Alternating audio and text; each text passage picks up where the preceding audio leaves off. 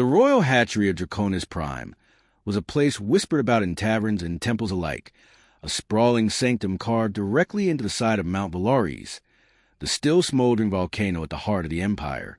Few outsiders had ever seen it, and fewer still had returned with their eyebrows intact. It was supposed to be the crown jewel of the empire's future, a sanctuary for the 10 precious hatchlings born from the emperor's private clutch, bred under moons soaked in arcane light and fed on crystals infused with royal blood magic. These dragons were destined to grow into creatures of unimaginable power. But for now, they were still babies. And unfortunately, baby dragons were absolute nightmares. Inside the nursery, a domed chamber lined with obsidian, gold-veined rock, and temperature runes to keep the heat constant, chaos reigned. An imperial elf master sorcerer named Elorian was currently hanging upside down from a stalactite, his robe scorched and his silver hair smoking. "I cast a calm creature spell," he sputtered, "but they reflected it back at me. I've been calm for 20 minutes. Below him, a dwarf beastkeeper in scorched armor was locked in a tug-of-war over a flaming chew toy with a grumpy, green-scaled hatchling named Criv.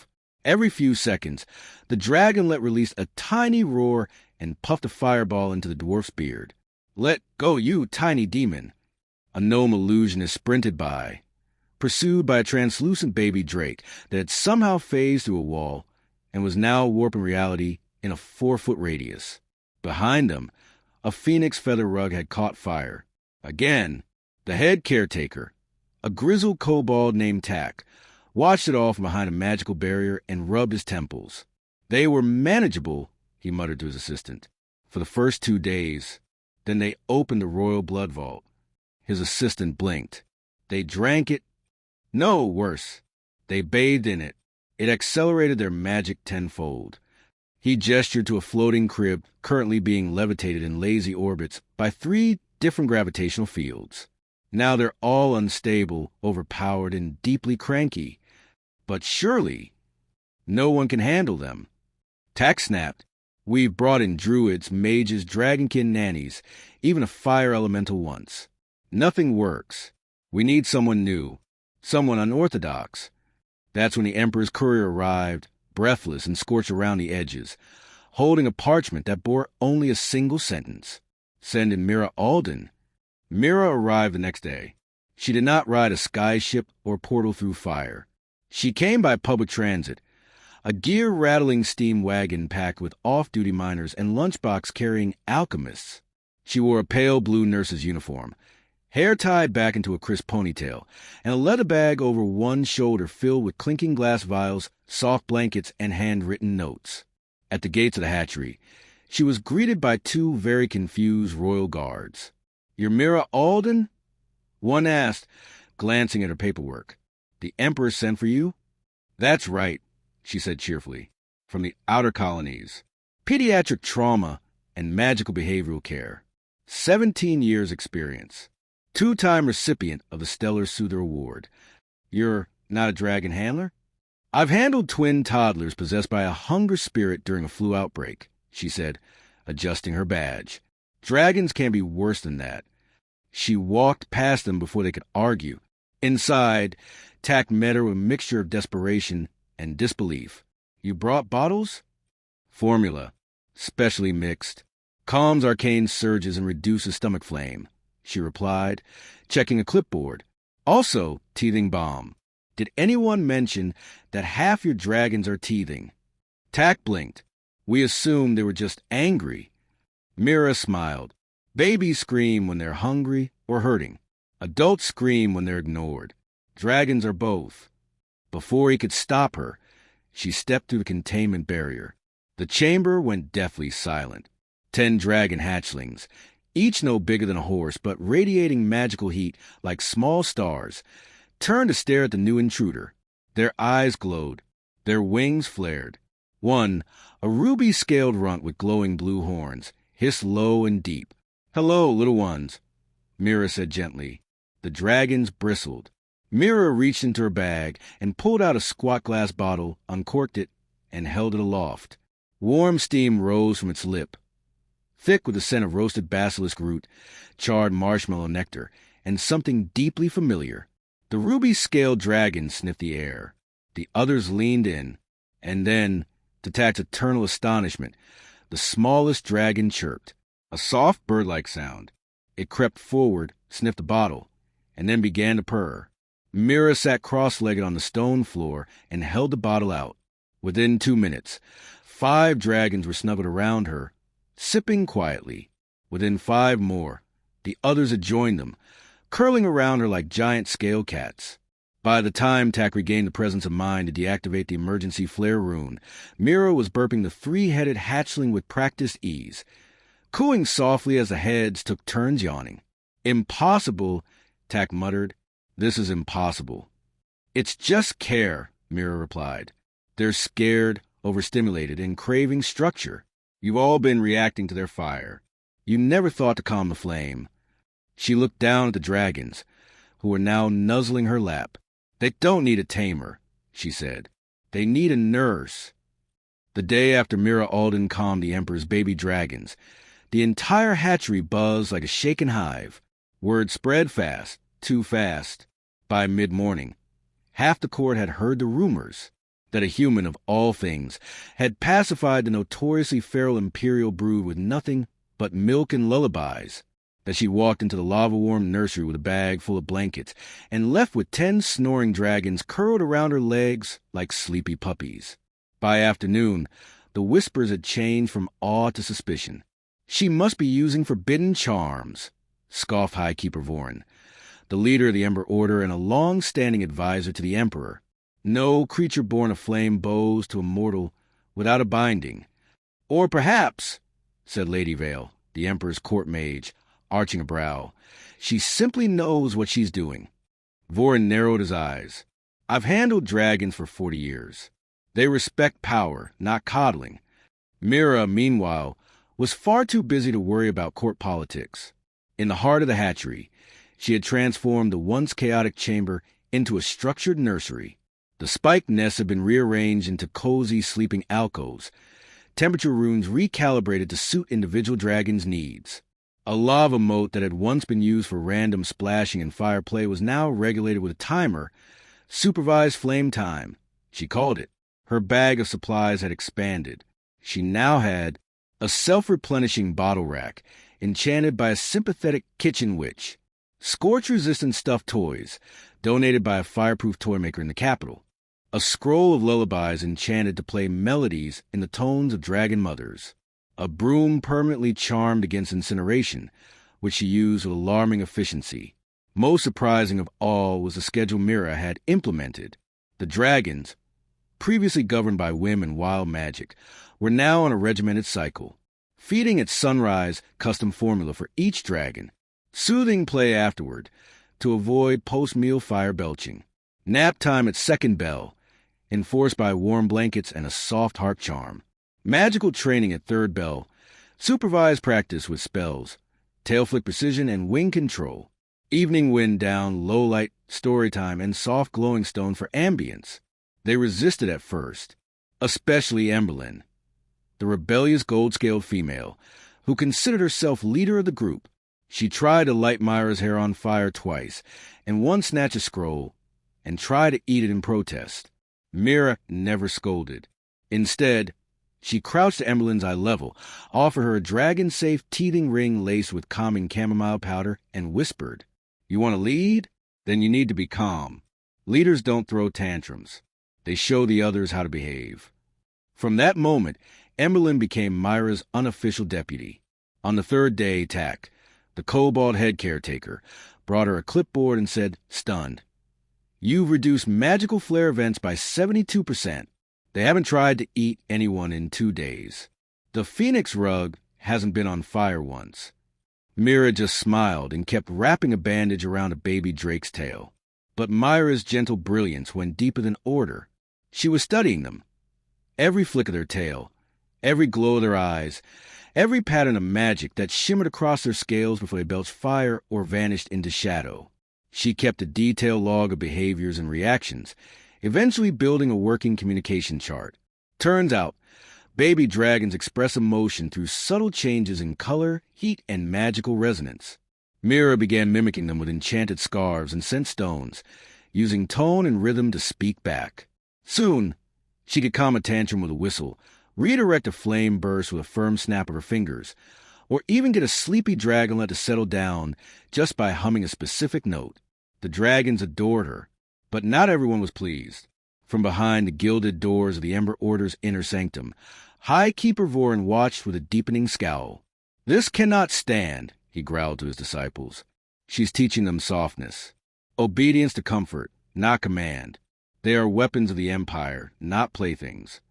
"But they're no longer dangerous," one of the younger priests murmured. "They're no longer afraid." Vorin snapped.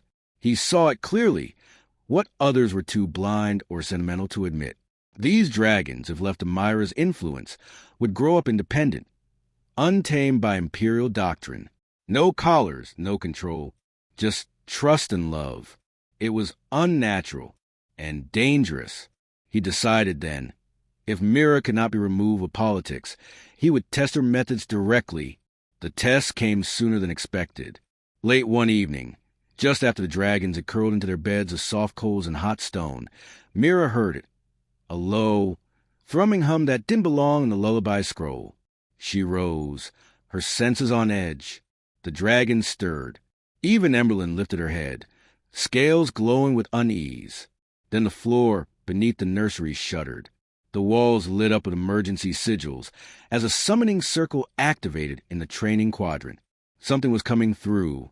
Mira ran, barefoot, robes flying, and turned the corner just in time to see a magical rift open and unleash a summoned creature, a WRM of the deep hollows, a shadow beast made of smoke, claws, and hunger, an adult-level challenge. Lethal, the dragons screamed in alarm, but instead of freezing in fear, they clustered around Mira. She could have run. She should have. But instead, Mira stepped forward. In her calmest, clearest tone, she said, "Stay behind me." Then she turned to the beast and did something no Flamekeeper would have considered. She sang, not a human lullaby this time, but one in low, echoing syllables, the rhythm of dragon hatching songs, learned from months of listening and mimicking. The WYRM paused, confused by the harmonic resonance. Behind her, the dragons began to join in, each adding their own note, their own rhythm. The magic in the room shifted. The WRM, no longer sure if it was predator or prey, began to unravel, threads of shadow twisting into harmless smoke. By the time the guards arrived, it was gone, and Mira was sitting calmly on the floor, holding the youngest dragon, who had been too frightened to sing, in her lap. Later that night, as the Emperor watched the memory projection of the event, he turned to his court in silence. "She risked her life for them," he said finally, "not as weapons, as children." No one dared contradict him. In a single moment of lullaby and bravery, Mira Alden had proven more than capable. She had done the impossible, not with force, but with understanding. And the dragons? They had begun to see her not just as caretaker, but as mother. The sun rose red over Draconis Prime. Its light filtered through a haze of volcanic smoke and magical residue. Within the royal palace, the hatchery glowed gently with runes of warmth and serenity, casting soft amber light over 10 peacefully sleeping dragon hatchlings curled in their individual heat nests. Outside those calm walls, however, tension was brewing like storm clouds in the court. The events of the Shadow Beast attack had shaken the palace, not because the creature had appeared. Summoning accidents and rogue rituals happened more often than the public knew, but because it had been calm without violence. Neutralized not by fire or sword, but by a song, a human song, twisted into dragon cadence, humming with ancient tones that few mortals had ever attempted. It was unprecedented, and to some dangerous. The threat of peace. High Keeper Vorin paced in the chambers of the Ember Order, his crimson ceremonial robes dragging trails of soot behind him. His disciples stood in stiff silence, watching the small flickers of flame leaping off his staff. "She's rewriting the natural order," he snapped. "Dragons are born to be warriors, sacred fire forged in flesh. But she sings lullabies and teaches them to play with stones and listen to feelings." "She's controlling them," said one acolyte, trying to offer a middle ground. "She's not controlling them," Vorin hissed. "She's earning their loyalty. That's worse. He waved his hand, summoning a floating scry globe. In it, a moving image flickered to life. Mira, gently applying wing balm to a sulking, molting dragon while telling a story about a fire sprite who learned to make friends. They adore her, Vorin said bitterly, and that makes her dangerous. One word from her, and they would follow her into the sky. But she hasn't. She could, and the Emperor sees it. If he begins to believe that kindness is stronger than control, the entire structure we've built for generations collapses. Dragons taught to love instead of obey? It is a dream for children, not empires. Vorin turned to the room. It's time we reminded the court why power is feared, and why flame must never be taught to flicker gently. A whisper in the flame. Unaware of the brewing conspiracy, Mira was hard at work refining her communication charts. She sat cross-legged in the central play quadrant, Emberlin's tail curled around her ankles, scribbling furiously in her notebook as she tracked glow patterns and tail twitches. She discovered an entire language. Each dragon used a unique combination of magical flares, eye glows, hums, and temperature shifts to express themselves. Mira had begun categorizing emotions, irritation, excitement, nervousness, pride, into a working emotional lexicon. It wasn't just about soothing anymore. It was about understanding. Her notes were filled with discoveries. 3 consecutive scale pulses on the left side equals, I want attention. Glowing pause but no tail movement equals, I'm anxious but hiding it. Deep internal hum, no fire equals, I miss my egg siblings. She felt like a translator between 2 worlds, one of roaring flame and one of nurturing touch. What Mira didn't know yet was that the dragons were beginning to speak to each other, using her system. She'd accidentally awakened something far older than the Empire realized, a communal dragon instinct suppressed by centuries of imperial domination. Dragons weren't meant to be isolated war beasts. They were meant to bond. Intervention. The Emperor summoned Mira to his high chamber days later. The guards escorted her to the spiraling obsidian corridors, past murals of ancient dragon riders and imperial conquerors, into the Sci-Fi throne room, a massive chamber open to the sky, where the throne itself hovered over a pit of molten glass. The Emperor sat there, tall, stern, crown and horns of enchanted onyx. He studied Mira for a long time, his glowing eyes unreadable. You have done what no flamekeeper has in centuries, he said at last. You've given order to the chaos, not with spells, not with chains, but with milk and singing. Mira gave a small smile. Well, and strict nap times. He didn't laugh, but a corner of his mouth twitched. The dragons obey you, he said, but they are not soldiers. They are not bound to duty. They are babies, Mira said softly. They'll grow up soon, and how they grow up will shape the Empire's future. The Emperor steepled his fingers. And do you think that future should be ruled by love? Mira paused. I think it should be guided by it. He was quiet for a long time. Then, to her shock, he stood, not with the weariness of age, but the weight of decision. The Flamekeepers will challenge you, he said. They will see your methods as weakness. They are wrong, but power clings to tradition, and they will not release it gently. Let them challenge me, Mira said. I'll bring formula and truth. This time, the Emperor did smile. The fire trial. The challenge came that night. Vorin himself arrived at the hatchery, flanked by his crimson-robed disciples, holding a ceremonial staff topped with dragon tooth forged into obsidian. He declared, in the name of tradition, a trial of flame, a test not of power, but of influence. A young hatchling, the most temperamental of the bunch, Pyrrhus, a bronze-scale male prone to magical surges, would be placed between them. Whoever could calm him without force or enchantment would be declared rightful guide of the imperial clutch. Mira agreed without hesitation. The trial chamber was cleared. Pyrrhus was placed in the center, his eyes glowing wild gold, his body arcing with uncontrolled magic. Vorin stepped forward first. He stood tall, speaking in draconic commands. Obey. Be still. Submit. Pyrrhus snarled. The ground cracked. Fire flared. Magic surged. The hatchling launched a bolt of flame directly at Vorin, who deflected it, but stumbled backward, singed and furious. Then it was Myra's turn. She walked forward slowly. No robes, no staff, just a warm cloth in her hands and a quiet song on her lips. She sat down beside Pyrrhus, close enough for danger, but unafraid. She hummed, not a lullaby, a rhythm he recognized from playtime, a pattern he associated with comfort, with safety. Pyrrhus stared at her, tense. His eyes flickered. She offered him the warm cloth. "You're scared," she whispered. "You don't have to be." The flame around his body softened. He stepped toward her. 1 step, 2, then collapsed against her chest. Humming quietly, magic dissipating into tiny sparks of gold. The trial was over.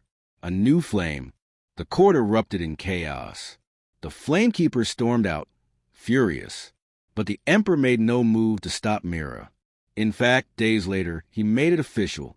Mira Alden is hereby named Royal Dragon Matron of the First Flame. All matters of young dragon care fall under command. The hatchlings celebrated in their own way, setting off a massive cloud of harmless fireproofs that blanketed the nursery in shimmering light. And Emberlyn, ever the leader, pressed her snout gently to Myra's palm and whispered her very first mimic of a human word. Home. The skies above Draconis Prime were unusually clear. No ash storms.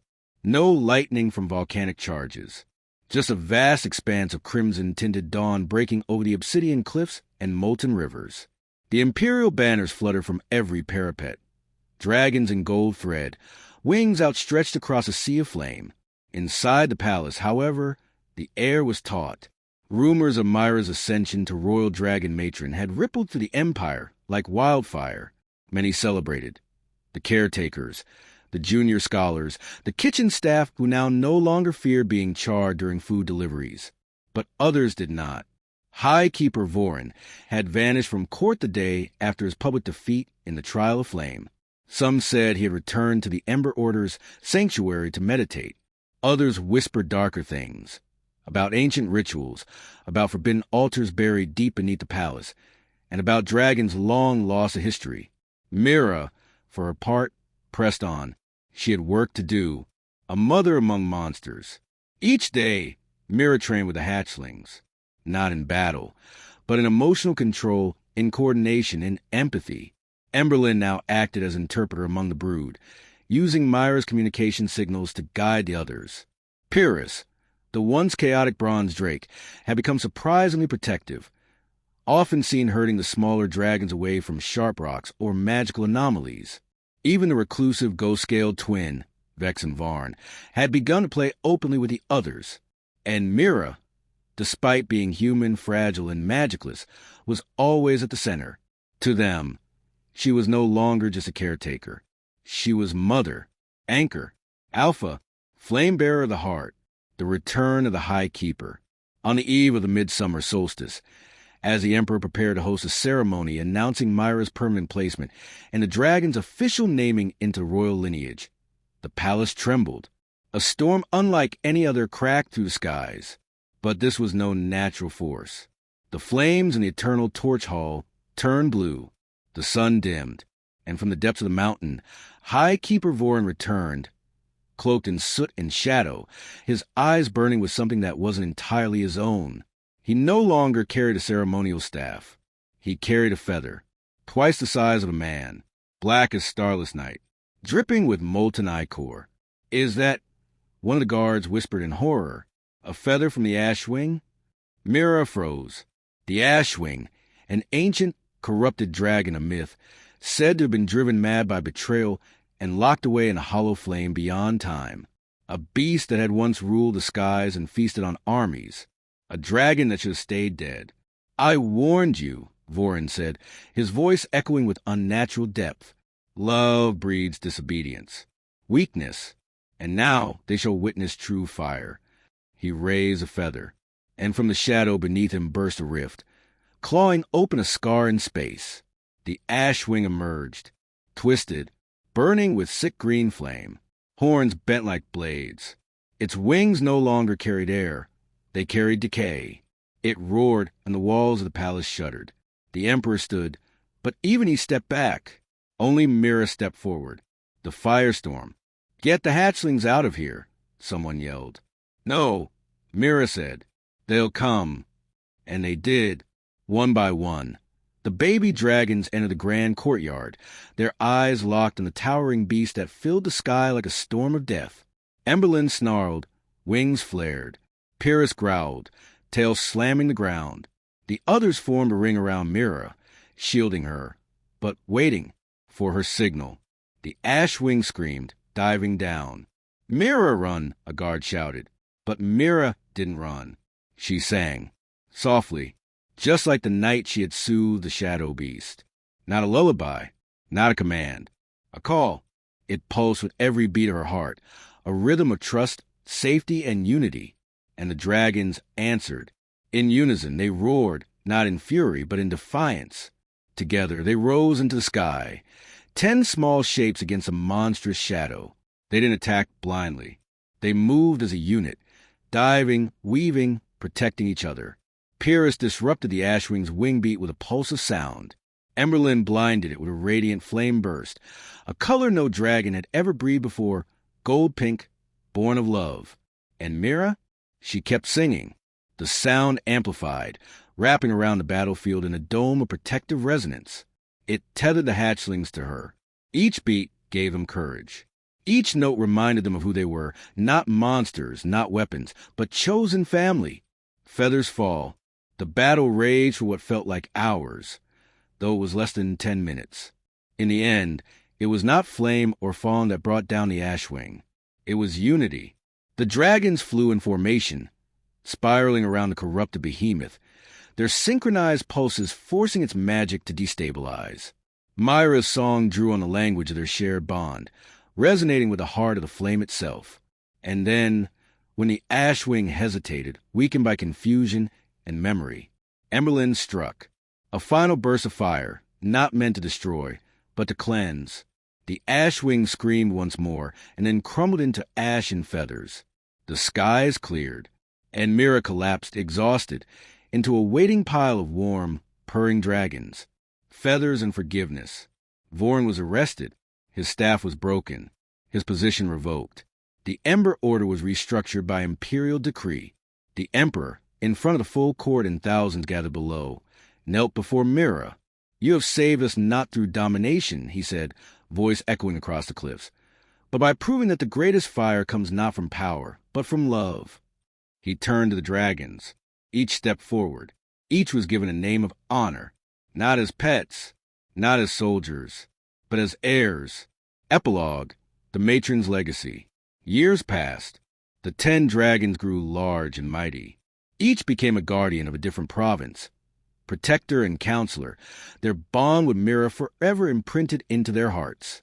Mira never took a throne.